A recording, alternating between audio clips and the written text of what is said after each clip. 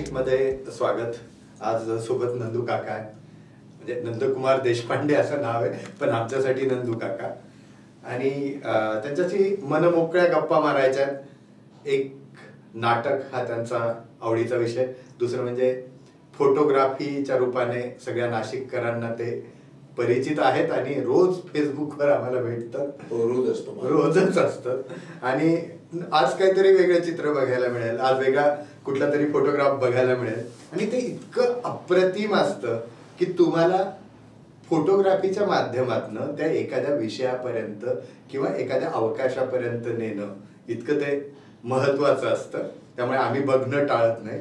आणि अजून एक फेसबुकवरची दुसरी गोष्ट आहे काकांची, ते म्हणजे उत्तम तिरकस कमेंट. त्याकरता देखील आम्ही खूप काकांना फॉलो करतो.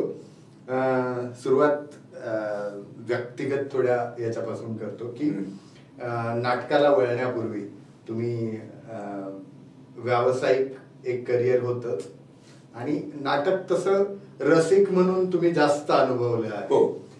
तर ती सुरुवात की व्यवसाय आणि नाटक, तुम्ही JIC मध्ये होता. तर असं कोणता टप्पा होता आयुष्याचा की आपल्याला नाटकही खूप आवडतं आणि तिकडे गेलं पाहिजे, किंवा ते थांबवलं गेलं किंवा असं? नाही, आधी मी ग्रॅज्युएशन झाल्यानंतर मी न्यू इंडिया इन्शुरन्स कंपनीमध्ये लागलो. त्यावेळेला नुकतं जनरल इन्शुरन्सचं नॅशनलायझेशन झालेलं होतं. आणि ज्या 4 कंपन्या त्यापैकी न्यू इंडिया इन्शुरन्स कंपनी ही मोठी कंपनी आणि वेस्टर्न रिजनमध्ये मोठी कंपनी, तिथे मी लागलो डेव्हलपमेंट ऑफिसर. त्या काळामध्ये त्याच्या आधी कॉलेजमध्ये असताना आम्ही बऱ्यापैकी स्नेह संमेलनामध्ये, युथ फेस्टिवलमध्ये नाटकं केली, एकांकिका केल्या. माझी एक अभिरुची नावाची आमची हे होती, नाट्यसंस्था. आणि हे म्हणजे आम्ही माझ्या वर्गातले, माझा प्रॉब्लेम काय होता की मी होतो सायन्सला आणि सायन्सच्या लोकांना त्या गोष्टीची आवड फार कमी असते. पण तरी देखील माझे मित्र आणि आम्ही अभिरुची नावाची संस्था काढली. त्याच्यावरती काही एकांकिका केल्या. सगळ्यात कौतुकाचा भाग आणि सांगायचा असा की आमच्या पहिल्याच एकांकिकेला त्या काळामध्ये नाशिक शहर सांस्कृतिक महामंडळाचं पारितोषिक जे मिळालं, त्यात नीलू हलदुले होती. नीलू हलदुले म्हणजे नाना पाटेकरची बायको, नीलकांती पाटेकर. ते तिथून आमचं सुरू झालं. पण नंतर मग कॉलेजमध्ये आणि नंतर नोकरीच्या निमित्ताने मी डेव्हलपमेंटला असल्यामुळे आम्हाला टार्गेट असायचं. आणि जरी बऱ्यापैकी मोकळा वेळ असला तरी जानेवारीपासून ह्या सगळ्या गोष्टीला खूप घाई व्हायची, टार्गेट पूर्ण करणं. आणि त्यावेळेला नेमकं राज्य नाट्य स्पर्धावर ह्या जानेवारीत यायच्या. त्यामुळे थोडंसं नाटकापासून गेलो बाहेर. मी राहायचो नाशिकपासून खूप लांब, उपनगरला. आणि त्यावेळेला येणं जाणं खूप अवघड होतं, वाहन नव्हतं. आणि साधारण कॉलेजच्या ह्याच्यात तुम्ही कॉलेजमध्ये असताना कॉलेजच्या कोणकोणत्या स्पर्धा होत्या? कॉलेजच्या एक तर वक्तृत्व स्पर्धा व्हायच्या, ज्या आम्हाला योग्य त्या अशा काव्य वाचन स्पर्धा व्हायच्या, एकांकिका स्पर्धा व्हायच्या, ह्या परफॉर्मिंग आर्ट्स मधल्या या व्हायच्या, नृत्याच्या पण व्हायच्या. पण त्याच्याशी नाही. आणि मग असे इंटर कॉलेजिएट कुठे जायचे, म्हणजे पुरुषोत्तम व्हायची काही? ते पुरुषोत्तम पुण्याला. पण मी पुरुषोत्तमला मी नाही घेतला. नाशिकचे जे 5UR इलेक्ट्रॉनिक्स आहे, गोगटे, विवेक गोगटे, तर त्यांनी जे पुरुषोत्तमला सादर केलं त्यावेळेला मी त्यांना मदतीला म्हणून पुण्यात जाऊन राहिलो होतो. आणि अत्यंत फॉर्च्युनेटली त्या भाजीपाव निलम ह्या नाटकाला त्यावेळेला पुरुषोत्तमला पहिलं मिळालं होतं. आणि आपला तो नट ज्यांनी माधवरावचं काम केलं होतं, मंकणी त्या एकांकिकेपासून इंट्रोड्यूस झाला. रवींद्र. आता थोडं पुन्हा मागे येतो की एक व्यावसायिक करिअर, डेव्हलपमेंट ऑफिसर म्हणून नाटकाची ही आवड, आणि हा कॅमेरा तुमच्या सोबत कधी आला? नाही, कॅमेरा खरं म्हणजे कॅमेरा ही त्या वेळेला ज्या वेळेला मी कॉलेजमध्ये होतो, शाळेमध्ये कॉलेजमध्ये असताना कॅमेरा ही दुरापास्त गोष्ट होती. कॅमेरा असायचा फक्त आणि फक्त श्रीमंत लोकांकडे. आणि आमचा संबंध यायचा तो फक्त पासपोर्ट आपल्या आयडेंटिटी कार्डवरती पासपोर्ट साईज फोटो लावणार घ्यायचा. तसा न्यू इंडिया ॲक्शन्स कंपनीमध्ये झाल्यानंतर अमर बेंच म्हणजे अमर फोटो स्टुडिओ तो माझा मित्र झाला. कारण मी ह्या कार्यक्रमाला माझ्या बऱ्यापैकी लीड असायचा न्यू इंडियातल्या कार्यक्रमाला. पण तर देखील मी कॅमेरा कधीही हँडल केलेला नव्हता किंवा बघितला पण नव्हता. प्रभाकर वैद्य जे आहेत नाशिकचे कम्युनिस्ट पक्षाचे मोठे लीडर होते ते, त्यांना एक रशियाहून मिळालेला झुर्किन नावाचा कॅमेरा होता. प्रभाकर वैद्यांचा मुलगा हा माझा मित्र झुर्किन. तर त्याने मला तो वापरायला दिला. पण मी तो फक्त घरी नेला आणि परत आणला. आम्हाला तो डॅमेज होईल प्रचंड भीती होती. त्यामुळे मी कॅमेरा हँडल केलाच नाही. कॅमेरा पहिल्यांदा हँडल केला ते मी 61व्या वर्षी माझ्या मुलीने तिच्या पॉकेटमध्ये मधून मला एक कॅमेरा दिला. 61व्या वर्ष झाल्यामुळे. आणि तो मी पहिल्यांदा हँडल केला. म्हणजे मी तिची एक फार छान गोष्ट आहे. कॅमेरा घेऊन बाहेर पडलो, इकडे तिकडे फोटो वगैरे काढले. समूह मला घरातल्या फोटोंपेक्षा बाहेरचे फोटो काढणं त्यात जास्त फेसबुक वर ते दिसत. आणि धनंजय गोरधे माझा शाळेतला मित्र. तर धनुला मी इथे घरी बोलवलं. त्याला मी फोटो दाखवला, कॅमेरा घेतला. तर तो मला हे फोटो तू काढलेस का? हो. अजून दाखव. आणि मग तो म्हटलं तुला बऱ्यापैकी सेन्स आहे कॅमेराचा. तो महिना होता ऑक्टोबर. आणि माझा 4 नोव्हेंबरला माझा वाढदिवस. धनंजय मला म्हटलं की आपण असं करूया, 4 नोव्हेंबरला तुझ्या फोटोचं प्रदर्शन करायचं. तोवरती मी फोटो डेव्हलप पण केलेले म्हणजे काढलेले नव्हते. पण त्या ह्याच्यामध्ये मग मी म्हणजे थोडक्यात तो जो झुर्किनचा कॅमेरा होता त्यांनी मला त्याला ते स्वप्न दिलेलं होतं. इतकी वर्ष जपून ठेवलं. 61व्या वर्षी ते एक्सप्लोड झालं.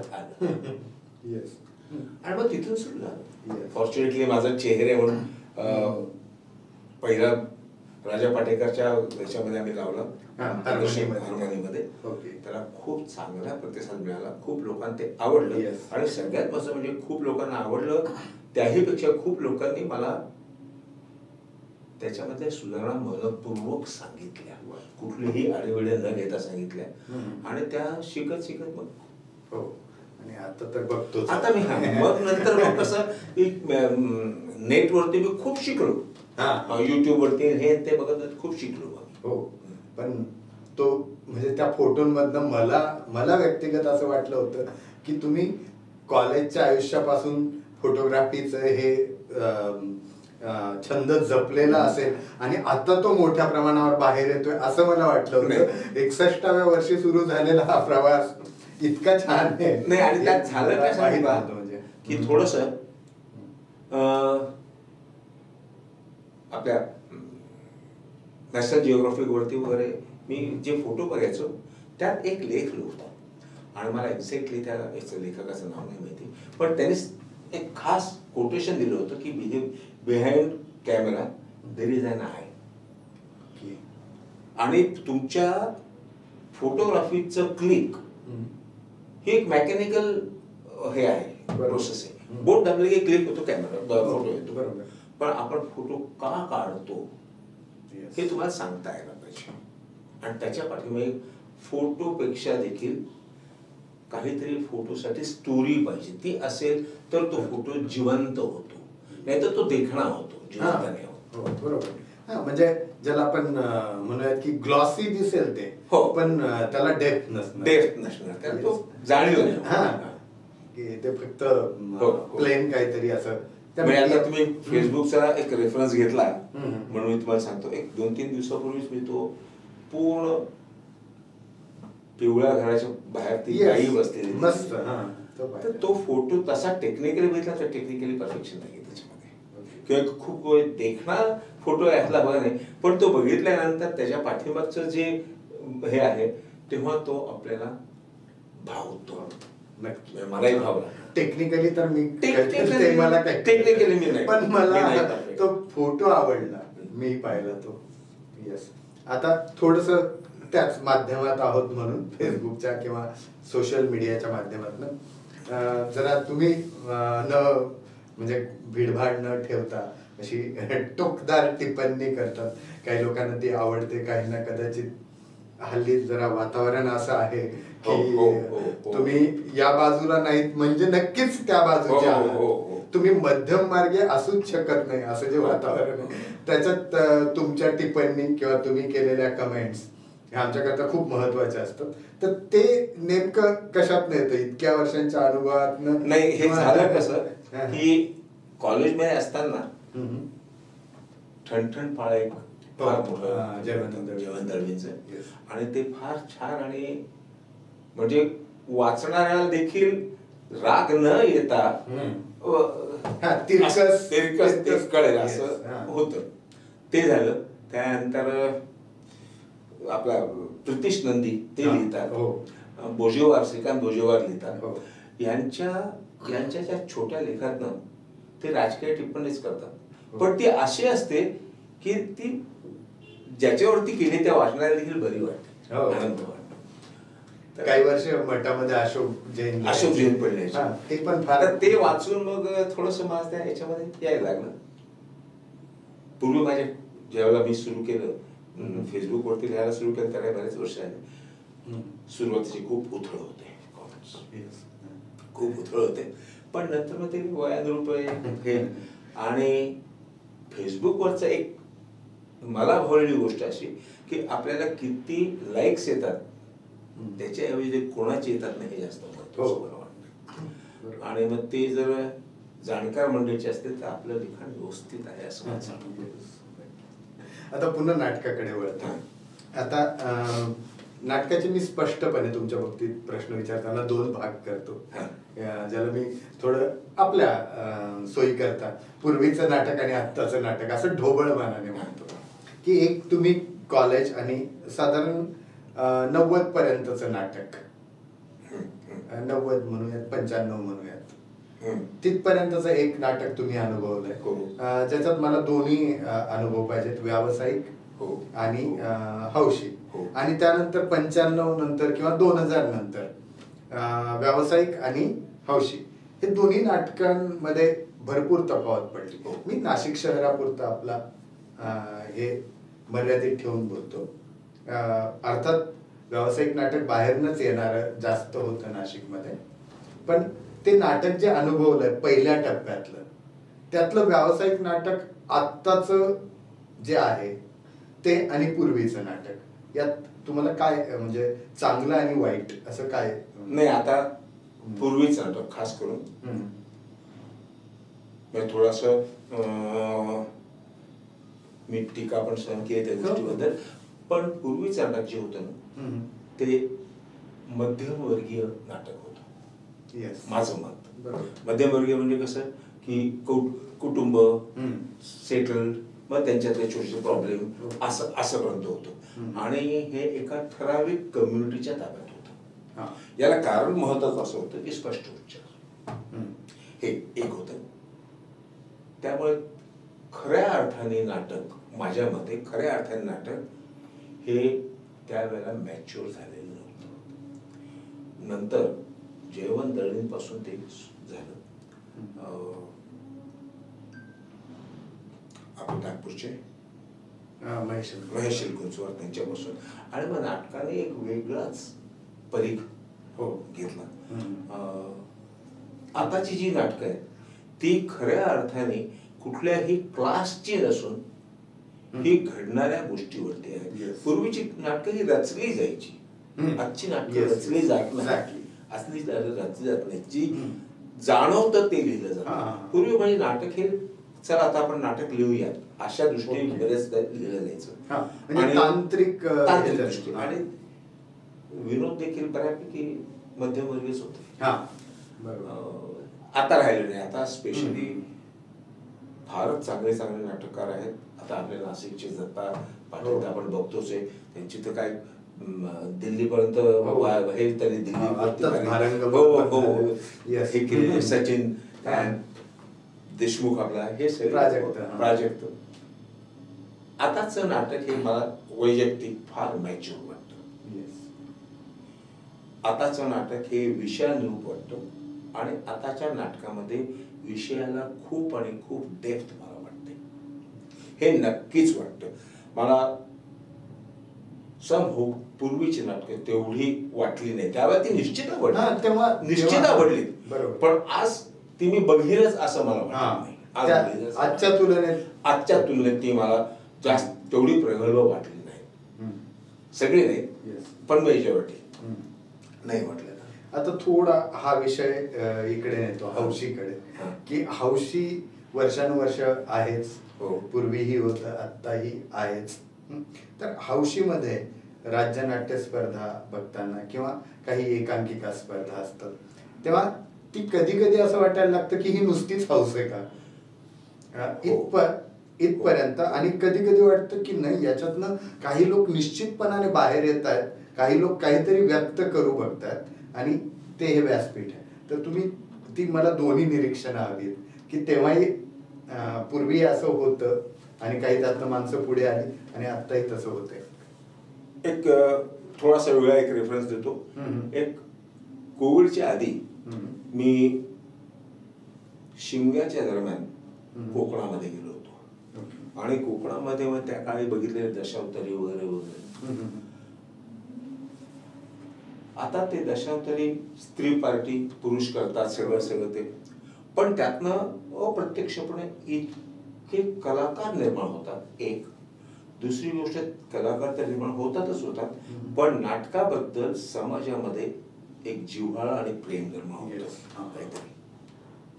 राज्य नाट्य स्पर्धा, एकांकिका स्पर्धा आणि कामगारच्या बद्दल कामगारच्या बाबतीत माझं वेगळं मत आहे. यातनं पुष्कळ नाटकं बघितल्यानंतर आपल्याला असं वाटतं की आपला वेळ तर वाया गेलेलाच आहे आणि शासनाचा पण बऱ्यापैकी पैसा वेळ वाया गेलेला आहे. पण त्यातनं एक आहे की एखादा कलाकार वरती येऊ शकतो. फक्त चला नाटक करूयात असं नाटक करू नाही, असं माझं खरंच मत आहे. काहीतरी, आणि प्रत्येकाला सगळ्याच गोष्टी इथे लक्षात भाग नाही. वरिष्ठांचा सल्ला घेता येतो, लोकांना बोलता येतं, दाखवता येतं. तरी देखील काही नाटकं जी आहेत ती अतिशय वरच्या दर्जाची असतात.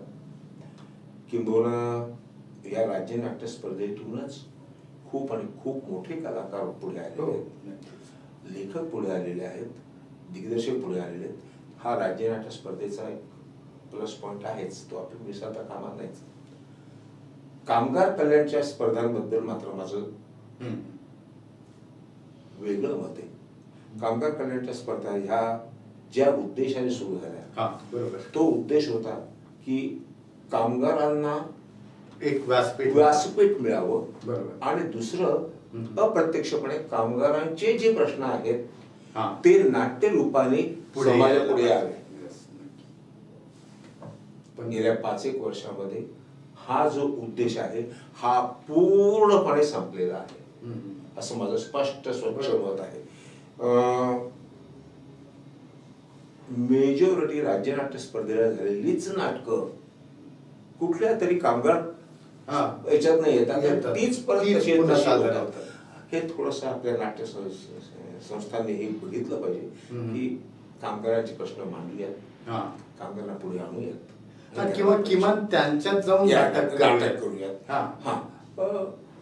थोडासा क्रायटेरिया कमी असतो होईल, कारण कामगारांमध्ये कलाकार शोधणं हे एक पहिलं काम सुरू होईल. दुसरं, कामगारांना किती वेळ मिळेल ह्या ऍक्टिव्हिटीसाठी हा एक प्रश्न निर्माण होईल, पण त्यातनं सुरू होईल नक्कीच. असं हा बरोबर विचार करण्यासारखा मुद्दा. आणि कामगारांचे प्रश्न घ्यायला पाहिजे.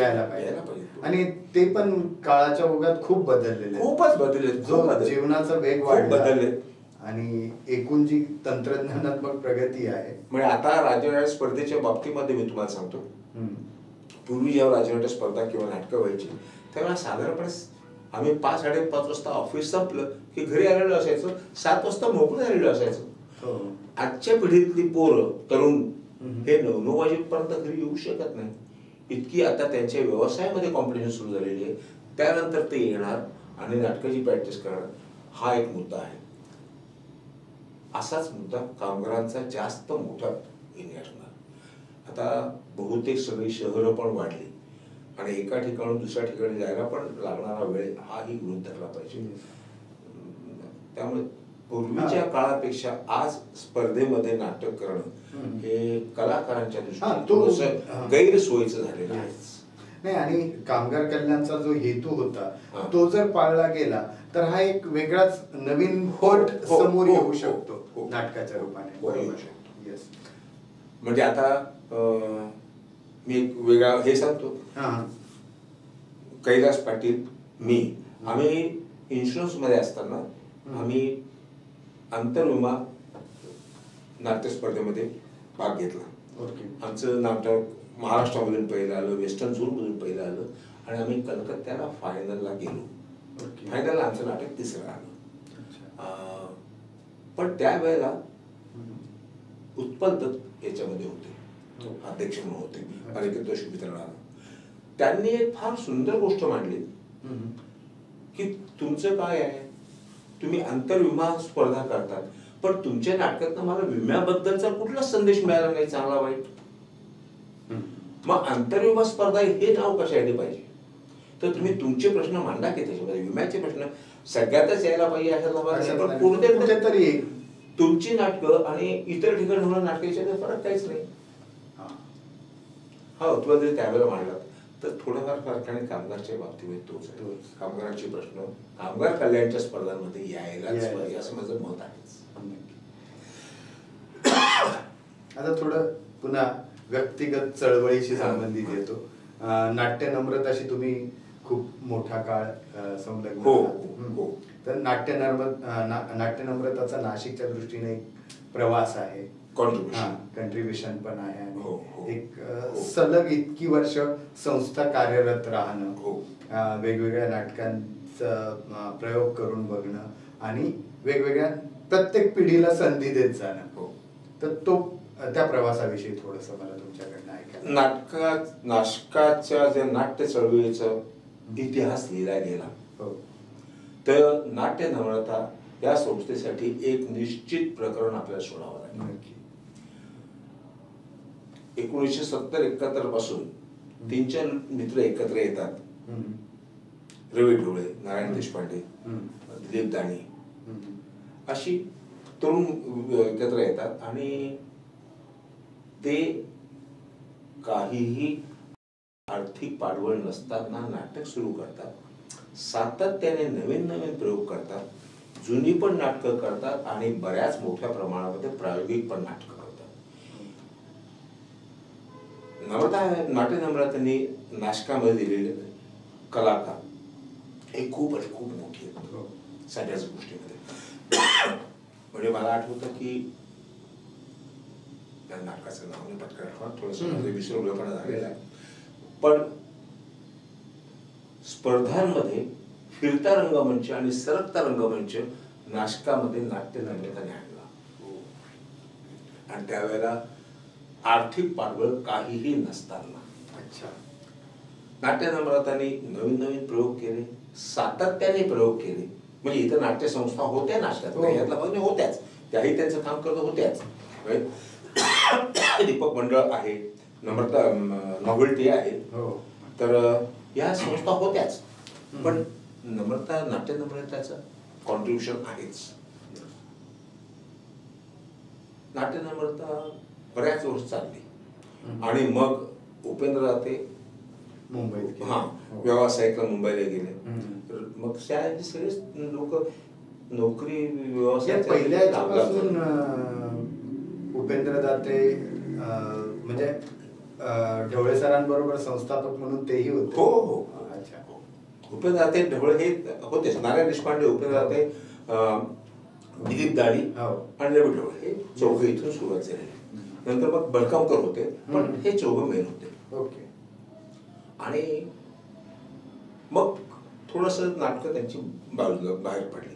तर देखील रवींद्र ढवळे यांनी मायकोमध्ये सर्व्हिस करत असताना मायको फायनान्सच्या याच्यातनं बॅनर खाली बऱ्यापैकी नम्रता पण हे ठेवली, लाईव्ह ठेवली. कारण नम्रताची कलाकार अप्रत्यक्षपणे तिथे होते. 17 साली आम्ही परत एकत्र आलो. हम्म. आणि 17 साली एकत्र आल्यानंतर आमचा असा विचार होता की नाट्य आपण मध्ये जी बंद पडलेली आहे ते आपण सुरू करूयात. हम्म. पण त्याला काही तांत्रिक अडचणी होते. तांत्रिक अडचणी म्हणजे त्यावेळेचं ते नाटक जे काही ट्रस्टकडे अडचणी असतात त्या होत्या. आम्हाला ते नाटक नाव परत घेता आलं नाही.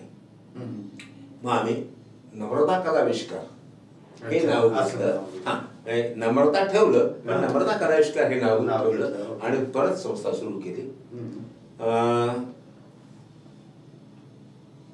पहिलं जे नाटक केलं आम्ही त्या पहिल्याच नाटकाला कामगार कल्याणच्या फायनलच्या स्पर्धेमध्ये आम्हाला दुसरं पारितोषिक मिळालं.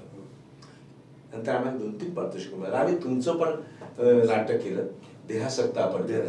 देहासक्त अशी ही सगळी नम्रता कलाविष्कर या बॅनरखाली नाटकं केली आणि दरवर्षी करतोच आहोत.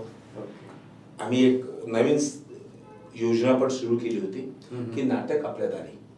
अच्छा. मग प्रत्येकाला छोट्या छोट्या जर एकांकिका असतील काही करायचं असेल तर प्रेक्षकांनी नाट्यगृहामध्ये यायचं इतक्या याच्यापेक्षा त्यापेक्षा आम्ही तुमच्याकडे येतो सोसायट्यांमध्ये. सोसायटीचा जो कम्युनिटी हॉल असतो तिथे करतो. तसं आम्ही 2 वर्षे केलं. पण थोडासा प्रॉब्लेम हाच येतो की हल्ली कलाकारांना वेळ नाही देता येतो. असं हा एक मोठा प्रॉब्लेम निर्माण झाला. आता मीडिया जास्त ओपन झाला सगळ्यांना तिकडे आणि खर्चिक पण झालं, वेळ देता येत नाही, हा एक प्रॉब्लेम झाला. धन्यवाद, तुम्ही आलात आणि आमच्याशी मनमोकळ्या गप्पा मारल्यात. थँक्यू. ते मला इथे बोलवलं त्याबद्दल तुमचे खूप खूप आभार. मला व्यक्त होता आलं, सांगता आलं. धन्यवाद.